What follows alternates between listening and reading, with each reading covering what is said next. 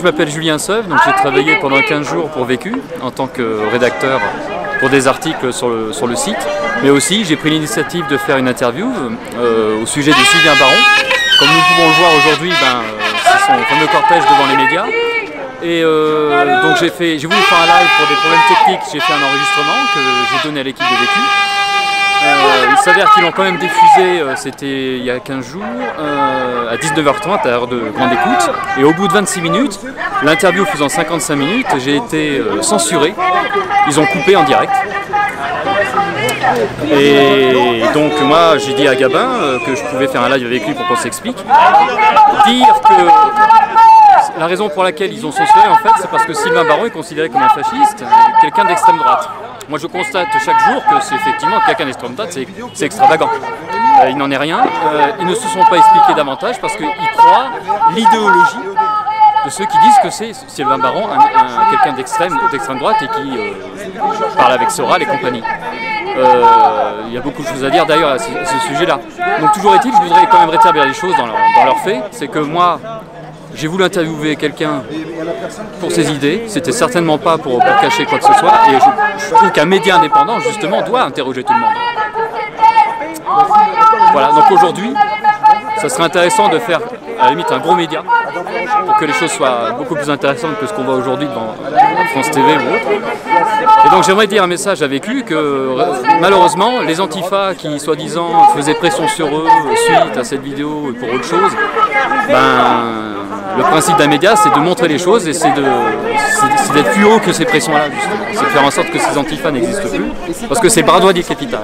Les antifas ainsi que le reste, les gauchos d'anarcho, etc. Voilà, donc il y aurait beaucoup de choses à dire. Il y en a peut-être de bien, mais la plupart du temps, alors, justement, il faut en sorte que ça se passe pas bien, et c'est ce qui s'est passé avec cette interview. Voilà. Ah mais les antifas, des idées fascistes, c'est ça? Oui, c'est leur principe pour moi. C'est-à-dire que moi j'ai discuté avec quelques antifas à Montpellier, parce que j'ai été présent à Montpellier. Il s'avère que tout de suite, dès qu'on parle de choses qui sortent, justement de la même logique que les médias mainstream, c'est-à-dire que c'est une pensée unique, hein, dès qu'on n'est pas d'accord avec la doxa. Pour le dire simplement, les antifas ce sont les bras droits du capital, pour le dire encore plus simplement, ils sont avec le système. Donc, c'est même pas que c'est fascisant. Ils ne s'aperçoivent pas que le fascisme n'existe plus. La Syrie, le Liban et tout ça, ce n'est pas le fascisme, c'est le néolibéralisme qui provoque tout ça. Et le néocolonialisme. Donc leur combat est désuet de toute manière, même s'il y en a certains qui pensent être dans leur bon droit.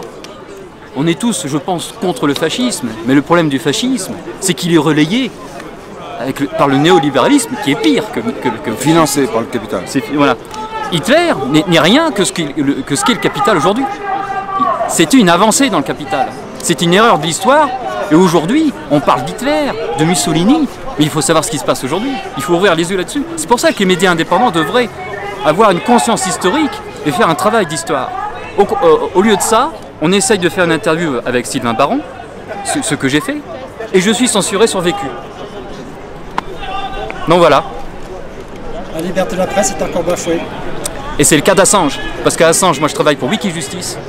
Assange, je travaille avec des gens formidables, qui font un travail de dingue. Véronique Pinance-Berrière, Monika Karbowska, notamment, qui est polonaise et qui est historienne, et qui travaille sur Assange, qui est allée à Haute Bailey récemment, parce que ça fait 15 jours qu'on assiste à une mascarade, vis-à-vis notamment de Barretser, qui n'est pas juge. Et c'est une grande farandole de n'importe quoi, de ce capitalisme, qui vous fait croire que Assange est jugé en ce moment, il n'est absolument pas jugé, il risque d'être extradié aux États-Unis. C'est passé à 180 ans de peine. 180 ans. C'est des tarés. Et on est tous concernés par Assange. Donc les antifas devraient aller devant Old Bailey à Londres et plus tard Westminster en janvier, parce que ça a été reporté en janvier, dû aux élections américaines.